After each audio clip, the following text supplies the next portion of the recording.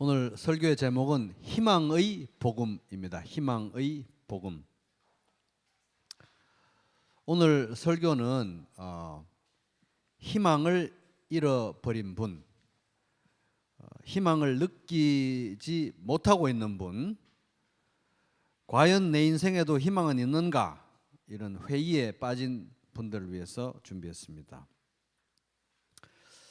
2015년에 복지, 소비, 빈곤 이런 주제에 대한 연구로 노벨 경제학상을 수상한 앵거스 디턴이라는 경제학자가 있더라고요. 이분이 이제 2020년에 절망의 죽음과 자본주의의 미래 이런 책을 썼습니다. 여기 보면은 절망사라고 하는 말이 나옵니다. 절망사는 이제 죽을 사자니까 절망으로 인한 죽음을 의미합니다. 절망사.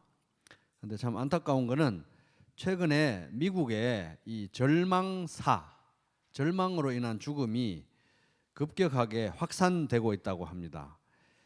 이제 절망사의 대표적인 양태는 어떤 거냐 하면은 이제 세 가지인데, 자살, 약물 과다 복용, 알코올성 간질환, 요 세 가지가 이제 대표적인 거라고 합니다. 이 책의 저자의 말입니다. 이런 종류의 죽음은 모두 자해에 의한 것이다. 총을 쏘면 순식간에 죽지만 약물에 중독되면 총보다 느리고 덜 확실하게, 그리고 술을 마시면 그보다도 더 느리게 숨을 거두게 된다. 우리는 이 세 가지 원인에 의한 죽음을 모두 절망사라고 부르기 시작했다. 일종의 자해라는 거예요. 자해. 2017년에 미국에서 1년 사이에 16만 명이 절망사를 냈대요. 16만 명이. 그런데 이제 이 1990년 이후로 계속 증가 추세에 있다고 합니다. 그런데 이제 이게 남의 이야기가 아닌 게 우리나라에도 지금 이 절망사, 이 위험 수위가 이 절망사가 이 위험 수위에 이르렀다고 합니다. 작년에 2022년에 한국의 절망사 연구 이런 주제로 이제 연구를 수행했대요. 거기에 의하면은 이제 코로나19 팬데믹 이후에 사회적 고립 등의 이유로 알코올 중독에 빠지는 사람이 늘어났고, 또 청년들의 자살이 급증하고 있고, 또 이 마약류 중독이 확산되고 있는 이런 이제 상황을 이제 토대로 해서 이제 이분들이 한국 사회도 이미 이 절망사의 위험에서 결코 자유롭지 못하다, 이런 결론을 이제 내렸습니다. 이제 상황이 이제 심각한 거는 이 10대에서 30대 요 사이에 있는 사람들 중에서 자살자와 알코올 중독자가 계속 증가하고 있고, 요 온라인 마약 유통이 이게 활성화되면서 이 젊은 층이 오히려 마약과 약물에 노출되는 사례가 늘고 있어서 이게 이제 상황이 심각한 그런 문제라고 합니다. 그래서 이제 이런 걸 보면은 우리는 절망의 시대에 살고 있다 말할 수 있습니다. 절망의 시대, 그리고 절망의 땅에 우리가 지금 살고 있습니다. 이제 이러한 우울한 소식에도 불구하고, 그러나 우리 성도들이 기억해야 할 것은 뭐냐 하면, 역사를 통해서 볼 때 우리 하나님의 백성들은 절망의 땅에 살았던 시기가 대부분이었지만, 항상 절망의 땅에서도 희망을 노래하던 사람들이 바로 성도들이었다는 거죠. 하나님의 백성들이었다는 것입니다. 오 하나님이여, 나를 멀리하지 마소서. 내 하나님이여, 어서 와서 나를 도우소서. 내 적들이 수치를 당하고 멸망하게 하소서. 나를 해치려는 사람들이 치욕과 불명예로 뒤덮이게 하소서. 이런 절망 중에 살았던 사람들이 많다는 거예요. 그럼에도 불구하고 이렇게 고백합니다. 그러나 내게는 항상 소망이 있으니 내가 더욱더 주를 찬양하겠습니다. 시편 71편 12절부터 14절. 우리 성도들이, 하나님의 백성들이 절망의 땅에서도 항상 희망을 우리가 노래할 수 있는 이유는 우리가 믿는 하나님이 희망의 하나님이기 때문에 그렇습니다. 이제 소망의 하나님께서 여러분의 믿음 생활 가운데 모든 기쁨과 평강을 충만하게 하셔서 성령의 능력으로 소망이 흘러넘치게 하시기를 빕니다. 로마서 15장 13절. 우리가 믿는 하나님은 희망의 하나님이십니다. 여호와의 말씀이니라 너희를 향한 나의 생각을 내가 아나니 평안이요 재앙이 아니니라 너희에게 미래와 희망을 주는 것이니라. 예레미야 29장 11절 말씀. 그리고 이제 성경이 기록된 가장 중요한 목적 중에 하나가 뭐냐 하면은 바로 우리에게 희망을 주기 위해서 성경이 기록되었습니다. 무엇이든지 전에 기록된 바는 성경을 말합니다. 우리의 교훈을 위하여 기록된 것이니 우리로 하여금 인내로 또는 성경의 위로로 소망, 희망을 가지게 함이니라. 로마서 15장 4절. 그래서 이제 오늘 설교의 목표는 이 절망의 시대에 우리가 살고 있는데 절망의 땅에 살면서도 희망을 노래했던 우리 옛 성도들의 신앙을 본받기 위해서 우리가 희망에 대해서만큼은 꼭 알아야 될 세 가지 사실을 이제 말씀에서부터 정리해 보는 것입니다. 첫째, 우리가 희망에 대해서 꼭 알아야 될 사실 첫 번째는 희망의 대상입니다. 희망의 대상. 자, 골로새서 오늘 1장 4절 5절 읽었는데 좀 내려와서 1장 27절 같이 한번 저하고 목소리 맞춰서 읽어보겠습니다. 골로새서 1장 27절입니다. 시작. 하나님이 그들로 하여금 이 비밀의 영광이 이방인 가운데 얼마나 풍성한지를 알게 하려 하심이라. 이 비밀은 너희 안에 계신 그리스도시니 곧 영광의 소망이니라. 이제 여기서 비밀은 이제 예수님을 통한 인류 구원의 계획이 이제 비밀이죠. 특별히 이방인의 구원을 가리킵니다. 이 비밀의 요체 바로 예수 그리스도이십니다. 예수 그리스도. 왜? 예수님을 통해서 하나님이 우리를 구원하시기 때문입니다. 그런데 방금 읽은 말씀 골로새서 1장 27절 끝머리에 보면은 굉장히 중요한 내용이 있습니다. 이제 이런 내용을 이제 보는 게 우리가 요새 성경 공부 방법 배우는 내용 중에서 관찰에 해당되는 거죠. 성경을 정성껏 살펴야 되는 겁니다. 그래서 끝머리에 보면은 이 비밀은 너희 안에 계신 그리스도시니 곧 영광의 소망이니라. 그러니까 예수 그리스도가 우리의 소망이라는 거예요. 예수 그리스도가. 예수 그리스도가 우리의 영광스러운 희망이라는 것입니다. 예수님이 우리의 희망이라는 거예요. 옆 사람에게 따뜻하면서도 엄중한 눈초리로 예수님이 우리의 희망입니다. 이렇게 한번 얘기 좀 한번 해주시기 바랍니다. 근데 예수님은 우리의 희망인데 여러 희망 중에 한 가지 희망이 아니고 우리의 희망의 대상은 오직 예수 그리스도밖에 없다는 거예요. 다른 건 다 가짜 소망이기 때문에. 그래서 그 파스칼이 쓴 그 유명한 책 팡세, 거기 보면 이런 대목이 나옵니다. 그리스도가 없으면 사악하고 비참해질 수밖에 없다. 인간은 그리스도를 통해 죄악과 비참한 처지에서 벗어난다. 인간의 선과 행복은 모두 그리스도 안에 있다. 그분을 떠나서는 악과 불행, 실수와 어둠, 죽음과 절망만 있다. 절망만 있다. 그러니까 예수 그리스도를 떠나서 이 세상에서 희망을 찾는 일은 무의미하다는 거예요. 섭섭하지만 무의미하다는 거예요. 왜 그렇습니까? 예수 그리스도 외에 구원받을 만한 다른 이름, 다른 구원의 길을 하나님께서 우리에게 주신 적이 없기 때문에 그렇습니다. 예수 외에 다른 어느 누구에게서도 구원을 받을 수 없습니다. 하나님께서는 하늘 아래 우리가 구원받을 만한 다른 이름을 우리에게 주신 일이 없기 때문입니다. 사도행전 4장 12절. 이 세상에 예수 그리스도 말고 예수 그리스도 외에 희망이 없다는 것은 이미 역사를 통해서 증명되고 또 증명됐어요.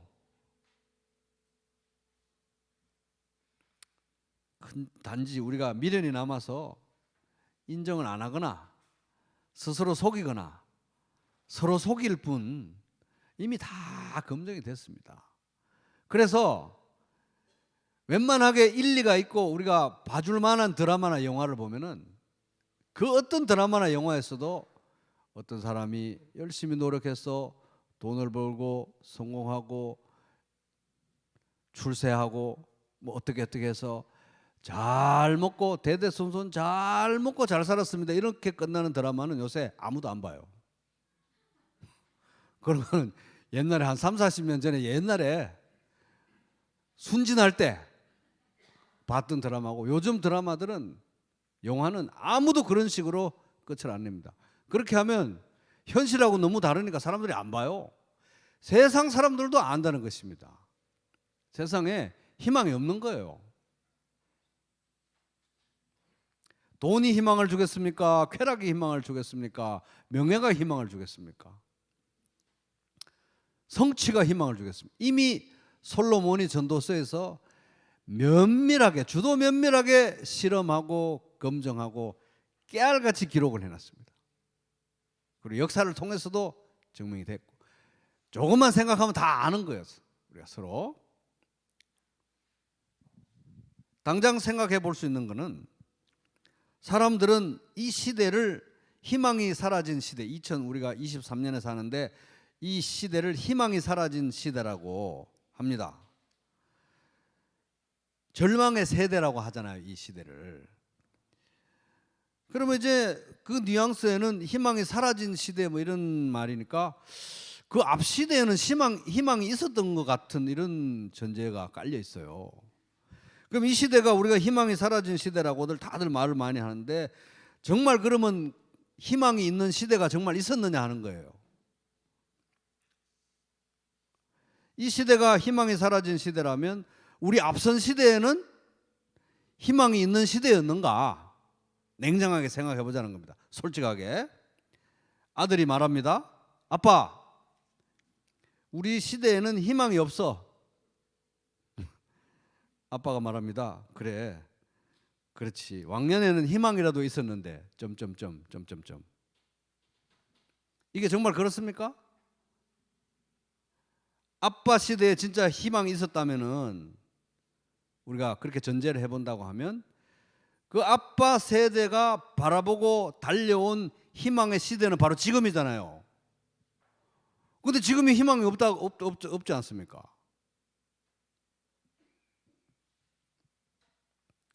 아빠 세대가 바라보았던 희망의 실체가 뭐냐는 거예요. 절망의 시대를 다음 세대에게 물려주는 게 부모 세대의 희망이었습니까? 조금만 생각해 보면 결국 그전에도 희망의 세대는 없었던 거예요, 사실은. 앞으로도 안 올 것입니다. 기분이 안 좋지만 옆 사람에게도 한번 얘기해 봅시다. 앞으로도 절대 안 옵니다. 예수 그리스도 밖에 희망의 시대는 없었어요. 한 시대에도 희망의 시대는 없었습니다. 그냥 스스로 속이든지 착각하든지 서로 속였을 뿐. 드라마도 다 알고 영화도 다 아는 거를.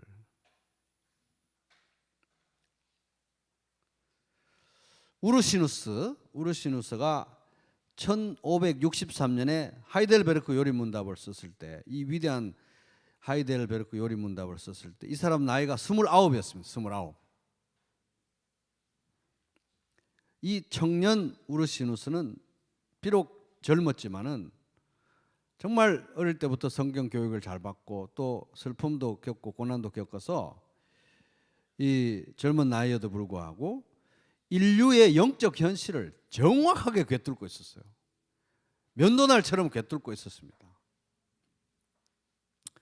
그래가지고 이 청년 우르시누스가 쓴 하이델베르크 요리문답은 460년이 지금 지나가고 있는데 아직도 생생하게 살아가지고 수많은 성도들이 공감하고 사랑하고 암송하고 읽고 묵상하고 있습니다. 이 우르시누스, 청년 29살짜리 우르시누스가 꿰뚫어본 영적 현실, 그의 통찰의 핵심은 뭡니까? 예수 그리스도 외에 희망이 없다는 거예요. 이 세상에. 제1문, 하이델베르크 요리문답 제1문, 살았으나 죽었으나 당신의 유일한 위로는 무엇입니까? 살았으나 죽었으나 나는 나의 것이 아니요 몸도 영혼도 나의 신실한 구주 예수 그리스도의 것입니다. 그래서 내가 예수 그리스도의 소유다, 내가 예수님에게 속해 있다, 내가 예수님의 것이다, 이거 말고는 참된 위로를 주는 것이 이 세상에 아무것도 없다는 걸 이 29살짜리 이 우르시누스가 냉정하게 꿰뚫어 본 거예요. 예수 그리스도 말고는 정말 이 세상에 희망이 없구나, 확고한 신앙의 고백이었습니다. 그도 그럴 것이 참으로 나의 백성이 두 가지 악을 저질렀다. 하나는 생수의 근원인 나를 버린 것이고, 하나님을 버린 것이고, 생수의 근원이 하나님인데 하나님을 버리고 인류가, 또 하나는 전혀 물이 고이지 않는 물이 새는 웅덩이를 파서 그것으로 샘을 삼은 것이다. 예레미야 2장 13절. 생명샘인 하나님을 버리고 밑이 뚫어져 가지고 물이 고이지 않는 물이 새는 웅덩이를 파놓고 그게 생명샘이라고 여기고 있는 게 인류의 현실인데, 어떻게 이 세상에 희망이 있을 수가 있냐는 것입니다. 희망이 없는 게 더 자연스러운 것이죠. 나는 그들에게 영생을 준다. 그들은 영원토록 멸망하지 아니할 것이요 또 아무도 그들을 내 손에서 빼앗아가지 못할 것이다. 요한복음 10장 28절. 그래서 예수 그리스도만이 우리의 희망인 것입니다. 이 세상에는 예수 그리스도 밖에는 희망이 없습니다. 예수님에게 붙들려 있는 한 우리에게는 희망이 있다 없다? 있다는 거예요. 예수님에게 붙들린 사람들에게 희망이 있다는 거예요.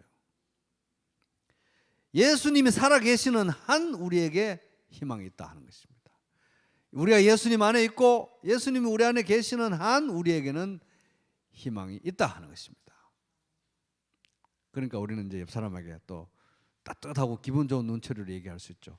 당신에게는 희망이 있습니다.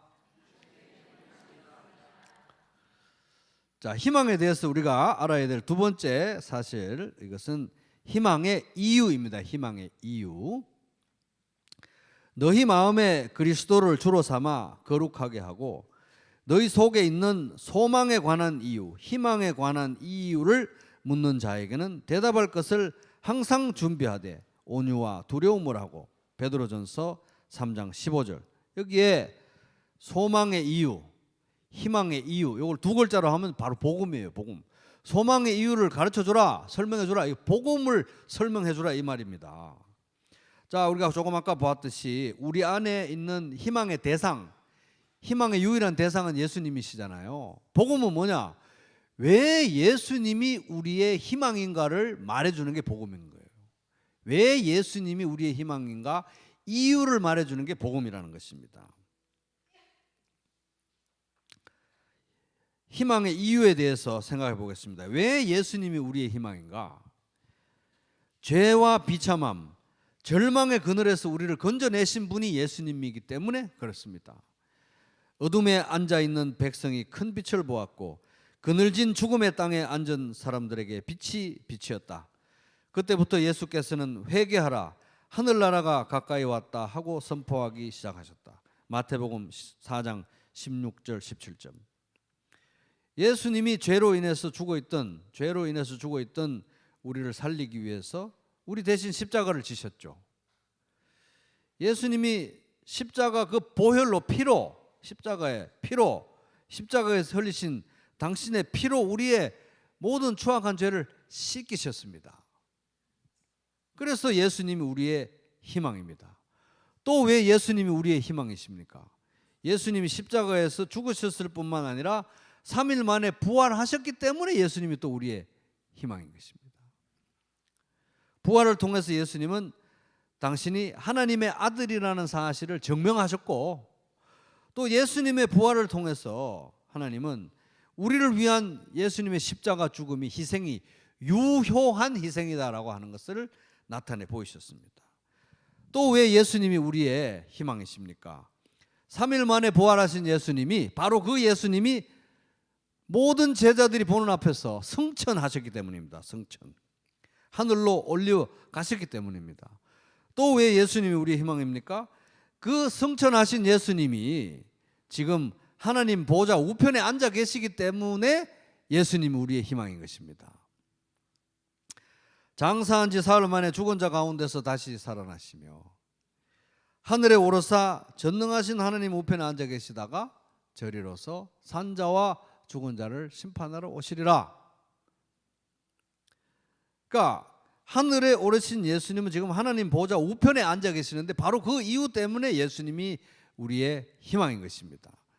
하나님 보좌 우편, 이것은 사실 비유적인 표현이죠. 왜냐하면 영이신 하나님은 오른쪽 왼쪽이 없으니까요. 그죠? 하나님 아버지는. 그래서 비유적인 표현입니다. 그럼 하나님 보좌라는 것은 뭘 얘기하는 건가? 하나님 보좌 우편은 하늘에 있는 자들과 땅에 있는 자들과 땅 아래에 있는 자들로 모든 무릎을 예수의 이름에 꿇게 하시고 모든 입으로 예수 그리스도를 주라 시인하여 하나님 아버지께 영광을 돌리게 하셨느니라. 빌립보서 2장 10절 11절. 이 영광과 통치와 모든 피조물로부터 예배를 받아야 되는 이 자리에 오르셨다는 게 바로 하나님 보좌 우편에 앉으셨다는 거예요. 예수님이 지금 바로 그런 자리에 앉아서 통치하고 계시고 우리를 위해서 기도하고 계십니다. 근데 예수님이 우리의 희망인 이유가 뭡니까? 예수님의 십자가 죽음, 예수님의 부활, 예수님의 승천, 예수님이 보좌 우편에 앉아 계시는 이 모든 과정에 우리가 믿음으로 참여했다는 거예요. 믿음으로 참여. 따라해 보겠습니다. 참여. 믿음으로 참여했다는 거예요. 믿음으로 참여. 범죄로 죽은 우리를 그리스도와 함께 살려주셨습니다. 여러분은 은혜로 구원을 얻었습니다. 하나님께서 예수 그리스도 안에서 우리를 그분과 함께 살리셨고 하늘에 함께 앉게 하셨습니다. 에베소서 2장 5절 6절. 그래서 예수님의 십자가 죽음은 나를 위한 것, 부활도 나를 위한 것이기도 했지만 내가 믿음으로 참여한 예수님의 죽음이기도 하고 내가 믿음으로 참여한 예수님의 부활이기도 하고 내가 믿음으로 참여한 예수님의 승천이기도 하고 하나님 보좌 우편에 앉아 계시는데 우리가 믿음 가운데 성령의 묶는 끈으로 우리가 그 하나님 보좌 우편에 앉아 계신 예수님과 연합되어 있다는 거예요. 이 남의 일이 아니라는 것입니다. 단순히 나를 위한 것이 아니라 내가 참여한 사건들이라는 거예요. 그러면 이제 무슨 얘기가 되느냐 하면은,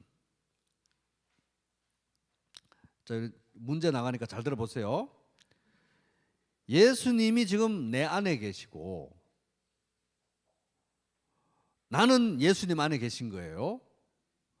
그리고 예수님은 하나님이시기 때문에, 하나님 아들이시기 때문에 어디에나 다 계시기도 하지만 신인, 우리와 같은 육체를 가지신 부활하신 예수님이기 때문에 예수님의 부활하신 육신은 하나님 보좌 우편 그 영광의 자리, 통치와 권능과 그 권세의 자리에 지금 앉아 계시는데, 자, 예수님은 우리 안에 계시고 우리는 예수님 안에 계시고 예수님은 부활하신 예수님은 하나님 우편에 앉아 계시는 거예요. 그러면 도대체 우리는 어디 있냐는 거예요. 우리는 수사 의문문에 답하라고 드리는 질문이 아니라 우리는 도대체 어디에 있냐는 겁니다. 우리는 육신으로는 이 세상에 살고 있죠. 틀림없죠? 지금 다 육신으로 땅을 디디면서 육신으로 이 땅에 살고 있습니다.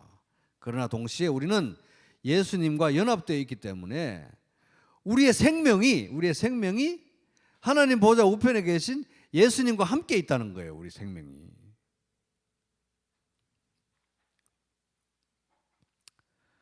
그러므로 칼빈은 이렇게 말했습니다. 우리는 이 땅에 사는 동시에 하늘에 사는 자다. 옆 사람 한번 보세요. 이분들이 다 이 땅에 살고 있는데 동시에 하늘에 살고 있는 분들이에요. 이해는 안 되지만 하나님 그렇게 말씀하시기 때문에. 또한 우리가 그와 왜 그러냐 하면은, 왜 우리가 이 땅에 사는 동시에 하늘에 사는 자냐 하면, 왜냐하면 우리의 머리가 예수님이 하늘에 계시기 때문이고, 또한 우리가 그와 연합하여 교통함으로써 생명을 즐기고 있기 때문이다. 그래서 우리는 이 땅에 발을 디디고 살지만 동시에 하늘에 속한 사람들이고, 우리의 생명이 예수 그리스도 안에, 하나님 보좌 우편에 계신 예수 그리스도 안에 감춰져 있다, 보호받고 있다, 이렇게 성경이 얘기하고 있습니다. 자, 골로새서 이제 3장으로 넘어갑니다. 3장 1절로 넘어가서 1절부터 4절까지 제가 낭독합니다. 골로새서 3장 1절부터 4절 제가 낭독하겠습니다. 그러므로 너희가 그리스도와 함께 다시 살리심을 받았으면 위의 것을 찾아라. 거기에는 그리스도께서 하나님 우편에 앉아 계시느니라. 위의 것을 생각하고 땅의 것을 생각하지 말라. 왜? 이는 너희가 죽었고 너희 생명이 그리스도와 함께 하나님 안에 감추어졌습니다. 우리의 생명이신 그리스도께서 나타나실 그때에 너희도 그와 함께 영광 중에 나타나리라. 그래서 우리의 생명, 여러분의 생명, 여러분의 영원한 생명, 우리의 생명은 하나님 보좌 우편에 계신 예수님과 함께하는 생명이고, 그 생명은 하나님 안에 쌓여져 있다. 하나님이 싸고 계신다는 거예요. 하나님 안에 숨겨져서 보호받고 있는 생명이라는 것입니다. 여러분, 사람들이 왜 오토바이 타고 다닐 때 헬멧을 왜 씁니까? 머리가 깨어지면 죽기 때문에. 생명이 거기 달려있기 때문에 헬멧을 쓰는 거 아니겠습니까? 왜 경찰관들이 방탄조끼를 입겠어요? 심장에 총을 맞으면 안 되기 때문에, 생명이 거기 달려있기 때문에 방탄조끼를 입는 거 아니겠습니까? 그럼 한번 생각해 보시기 바랍니다. 누가 우리를 죽이려고 한다면 어떻게 죽여야 되겠어요? 우리를 죽이려고 하면 어떻게 죽여야 되느냐? 일단 하나님 보좌 우편으로 올라가야 돼요. 우리 생명이 거기 있으니까. 하나님 보좌 우편으로 가서 예수 그리스도가 품고 있는 그 생명을 약탈을 해야 돼요. 약탈을. 그런데 이중으로 싸매져 있잖아요. 예수 그리스도와 함께 하나님 안에 있는 거니까 그 생명을 약탈해서 찔러야 우리를 죽일 수 있는 거예요. 그러니까 우리는 이 땅에서 죽어도 안 죽는 것입니다. 육신으로 죽어도 안 죽는 거예요. 육신의 삶이 망해도 우리는 안 망하는 것입니다. 왜? 우리의 생명과 우리의 정체성은 하나님 보좌 우편 예수 그리스도와 함께 하는 것이기 때문에, 하나님이 싸고 있기 때문에, 우리의 생명 싸개가 바로 거기에 있다는 거예요. 방탄조끼나 이 헬멧이 아니고. 자, 3장 4절 같이 읽어보겠습니다. 너무 중요한 말씀입니다. 시작. 우리의 생명이신 그리스도께서 나타나실 때에 그때 너희도 그와 함께 영광 중에 나타나리라. 왜 예수님이 우리의 희망이신가? 지금은요, 우리가 가진 이 생명, 우리는 이 땅에 살고 있는데 동시에 하나님 보좌 우편에 있는 예수님과 연합하여 살고 있고, 이 땅에 살고 있는 동시에 천상에 속해 있는 정체성을 가지고 있고, 이런 얘기하면 누가 이걸 믿어주겠으며 이해를 누가 하겠습니까? 아무도 몰라요, 이런 얘기는. 근데 우리는 알죠. 믿기 때문에. 근데 우리가 가진 이 생명, 우리가 가지고 있는 이 생명의 영광, 이 세상 사람들은 보지도 못하고 알아주지도 않고 알아주고 싶어 하지도 않는 이 영광스러운 생명, 우리의 이 영광스러운 정체성이 언제 환하게 드러나느냐? 예수 그리스도가 다시 오셔서 나타나실 때, 예수 그리스도가 다시 오실 때 그분과 연합된 우리의 생명도 환하게 백일하게 드러날 것이라는 거예요. 남들이 다 볼 수 있도록. 그래서 예수 그리스도가 우리의 희망인 것입니다. 이것이 복음이고 이것이 소망의 이유인 것입니다. 예수 그리스도가 왜 우리의 소망인가? 그 이유를 말하는 복된 소식이 바로 복음인데, 그렇게 보면 우리의 복음은 1번 밍밍한 복음, 2번 희망의 복음. 희망의 복음이라는 거예요. 우리의 복음은, 옆 사람한테 우리의 복음은 희망의 복음입니다, 이렇게 한번 얘기해 보겠습니다. 우리의 복음은 희망적인 복음이에요. 희망적인 복음. 자, 희망에 대해서 알아야 될 것 세 번째, 희망의 결과입니다. 골로새서 1장 4절 5절을 보면 이는 그리스도 예수 안에 너희의 믿음과 모든 성도에 대한 사랑을 들었으며 너희를 위하여 하늘에 쌓아둔 소망으로 말미암음이니 곧 너희가 전에 복음 진리의 말씀을 들은 것이라. 따라 볼게요. 복음 진리의 말씀. 이거 아주 단단한 표현이에요. 복음 진리의 말씀. 복음을 갖다가 진리의 말씀. 복음 진리의 말씀. 복음이 가짜가 아니에요. 진짜라는 거예요. 진짜 믿을 만하다. 복음 진리의 말씀이라는 겁니다. 복음 진리의 말씀. 근데 5절에 보면 너희를 위하여 하늘에 쌓아둔 소망으로 말미암음이니. 자, 관찰 계속 들어갑니다. 관찰. 말미암았다. 뭐가 소망으로 말미암았냐는 거예요. 뭐가 소망으로. 앞절을 봐야 되겠죠. 소망으로 말미암은 거, 소망의 기초를 둔 거, 소망의 근거를 둔 게 뭐냐? 앞에 나오는 내용이라는 거예요. 4절. 관찰 들어가야 되는 거예요.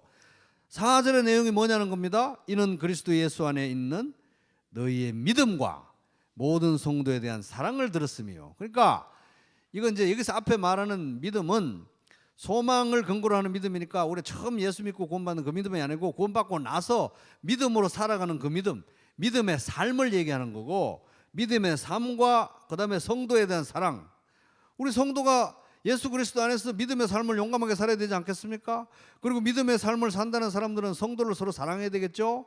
이 두 가지가 뭘로 말미암는다? 5절에 있는 소망으로 말미암는다는 거예요. 그래서 제가 다른 번역으로 읽어보겠습니다. 다른 번역. 자, 들어보세요. 이는 예수 그리스도 안에 있는 여러분의 믿음과 모든 성도를 향한 여러분의 사랑을 우리가 들었기 때문입니다. 바울이 골로새 성도들이 믿음의 삶을 살고 성도를 사랑한다는 얘기를 들은 거예요. 근데 5절 들어보세요. 여러분의 믿음과 사랑은 여러분을 위해 하늘에 쌓아둔 소망에서 비롯된 것입니다. 잘 관찰하셔야 되는 거예요. 믿음의 삶과 성도를 향한 사랑은 소망이 바탕이 될 때 짱짱하게 나타난다는 겁니다. 소망이 없으면 믿음도 시들시들, 성도에 대한 사랑도 시들시들 한다는 거예요. 관찰해야 되는 거예요. 성경을 자세히 착실하게. 근데 여기서 제일 충격적인 내용, 관찰 사항은 뭡니까? 제일 마지막 부분이에요. 이 소망으로 말미암음이니 곧 너희가 복음 진리의 말씀을 들은 것이라. 근데 좀 이 개역 성경이 좀 애매합니다. 다른 번역으로 보면 이 소망은 우리말 성경에 보면 이 소망은, 그래서 우리 관찰 해석 적용할 때 좀 헷갈리면 개역 개정 보다가 새번역 보다가 우리말 성경도 보시고 바꿔가면서 좀 보셔야 돼요. 그래서 우리말 성경 보면 이 소망은 진리의 말씀 곧 복음 안에서 여러분이 이미 들은 것입니다. 이게 쇼킹한 거, 이게 충격적인 내용인 것입니다. 골로새 성도들은 복음을 들을 때 이미 소망에 대해서 들었어요. 복음을 듣는 날 소망에 대해서 들었다고요. 왜? 희망의 복음을 들었기 때문에, 희망적인 복음을 들었기 때문에. 캐캐묵은 복음, 옛날 얘기하는 복음 이런 게 아니라 희망의 복음, 밍밍한 복음이 아니라 희망의 복음을 들었기 때문에 골로새 성도들은 복음 듣는 날 이거 희망적인 건데? 그때 들었던 거예요. 그래서 처음에 믿음으로 구원받고 믿음으로 구원받았기 때문에 천국의 소망을 가지고 영원한 생명을 얻었지만, 구원받은 성도로서 믿음의 삶을 유지하고 믿음의 삶을 살고 믿음에 사는 사람으로서 성도를 서로 사랑하는 이런 역동적인 성도의 삶은 뭐가 빠지면 안 된다? 소망이 빠지면 안 된다는 거예요. 소망이 있어야 믿음의 삶을 살고, 소망이 있어야 성도를 열렬하게 사랑한다는 거예요. 믿음이 시들시들하다? 소망이 없다는 겁니다. 성도가 별로 안 사랑스러워요. 소망이 없다는 거예요. 지금 예수 그리스도에 대한 소망이 없다는 것입니다. 그래서 우리의 복음은 소망의 복음, 희망의 복음, 골로새서 1장 4절 5절을 자세히 관찰하니까 여기서 나오는 사실인 것입니다. 하나님 말씀이니까 우리가 자세히 관찰하고 아멘으로 받아야 되겠죠. 그래서 우리가 전하는 복음, 우리가 듣고 믿고 구원받은 이 복음은 따라해보겠습니다. 희망의 복음. 희망의 복음인 거예요. 희망의 복음. 희망이 빠진 복음은 가짜 복음인 거예요. 사실은 희망이 없는 복음은 진짜 복음이 아닌 것입니다.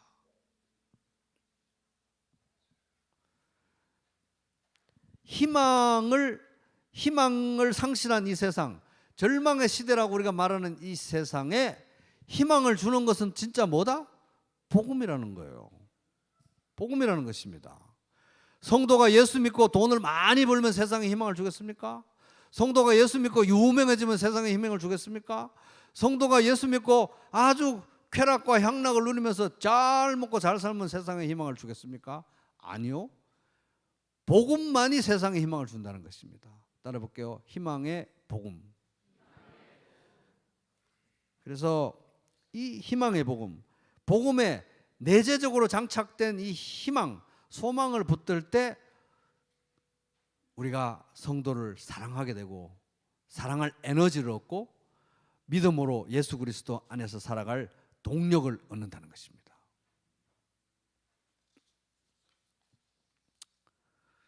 그래서 이 구원받은 성도의 삶에서 소망의 관점이 너무 중요한 거예요. 소망의 관점. 희망이 결여되니까 복음의 힘이 없고, 희망이 결여되니까 믿음이 시들시들하고, 희망이 결여되니까 성도를 사랑하고 싶지도 않고 그런 것입니다. 우리의 복음은 처음부터 끝까지 희망의 복음이고, 희망이 장착돼 있어야 진짜 복음이다 하는 것입니다. 소망의 중요성, 희망의 중요성에 대해서 칼빈이 이런 말 합니다. 기독교 강의에서 들어보세요. 소망은 주님을 잠잠한 가운데 기다리면서 믿음이 너무나 성급하게 무모한 돌진을 하지 못하도록 억제시킨다. 소망은 믿음을 확정시켜 믿음이 하나님의 약속들 가운데 굳게 서서 요동치지 않도록 하고, 그 약속들의 진리에 관해 의심하는 일이 없도록 한다. 소망은 믿음을 새롭게 해서 그것이 지치지 않도록 한다. 소망은 믿음을 그 목적지에 이르도록 연장시켜 그것이 도중이나 심지어 출발점에서 넘어지지 않도록 한다. 끝으로 소망은 끊임없는 갱신과 회복을 통해 견인에 이르도록 나타나 그 자체로 믿음의 활기를 더한다. 이게 소망의 힘인 것입니다. 믿음, 소망, 사랑 세 개가 균형을 이루어줘야 되는 거예요. 그래서 여러분 대답은 하지 마시고 여러분 자신을 돌아보시기 바랍니다. 이게 믿음이 시들시들해지고 믿음의 삶이 이 동력이 떨어졌다. 중요한 원인 중에 하나가 소망을 지금 잃어버렸기 때문에. 성도 사랑에 대한 열심과 동기가 무너지고 있다. 중요한 원인 중에 하나는 소망의 관점을 상실했기 때문에 그렇습니다. 근데 우리의 복음은 희망의 복음. 그러니까 이 절망의 시대에 희망이 사라졌다고 하는 이 시대에 우리가 성도에게 가장 시급한 과제는 뭐겠습니까? 복음의 희망을 되찾는 거예요. 복음의 희망을. 자, 그래서 오늘 말씀의 교훈을 한마디로 요약하겠습니다. 희망의 복음을 재발견하라. 시작. 눈을 부라리면서 옆으로 한번 쳐다보면서 희망의 복음을 재발견하십시오. 이렇게 한번 얘기 좀 해볼게요. 이 소망은 진리의 말씀 곧 복음 안에서 여러분들이 이미 들은 것입니다. 자, 이게 우리 관찰 해석 중 관찰이 제일 중요하다 그랬잖아요. 관찰해 보면 이게 충격인 것입니다. 복음을 들을 때 이미 소망에 대해서 들은 거예요. 여러분은 어떻습니까? 복음 들을 때 희망에 대해서 들었습니까? 복음 들을 때 거기서 희망을 얻었나요? 희망이 상실된 복음은 건강한 복음이 아닌 거예요. 여러분 복음 전할 때 희망을 전하십니까? 복음과 함께? 복음에는 희망이 내재되어 있다는 것입니다. 내재. 왜? 예수 그리스도에 대한 복음이기 때문에. 예수는 십자가에 죽으시고 부활하시고 성천하시고 하나님 보좌 우편에 계시고 거기에서 통치하고 우리를 위해 기도하시다가 다시 우리를 데리러 오시는, 이 땅을 심판하러 오시는 분이시기 때문에 예수에 대한 복음은 희망적일 수밖에 없다 하는 것입니다. 그래서 오늘 이 말씀은 우리에게 섬뜩한 질문을 합니다. 여러분 이 질문을 가지고 한번 일주일 동안 생각해 보시기 바랍니다. 정직하게 대답하지 마시고 나의 복음은 희망적인 복음인가 하는 거예요. 내가 알고 있는 복음은 희망적인 복음인가? 한번 여러분 냉정하게 한번 되짚어 보시기 바랍니다. 숙제입니다. 나의 복음은 희망적인 복음인가? 그럼 나 자신은 복음 안에서 희망을 찾고 있는가? 그리고 내가 전하는 복음은 캐캐 묵은 복음인가? 밍밍한 복음인가? 희망의 복음인가? 그리고 내가 알고 붙들고 있는 이 복음은 세상에 희망을 주는 복음인가? 그리고 나는 정말 복음이야말로 다른 건 다 가짜 희망, 복음이야말로 이 세상에 참된 희망을 주는 유일한 희망이라는 걸 정말 나는 알고 믿고 붙들고 살고 있는가?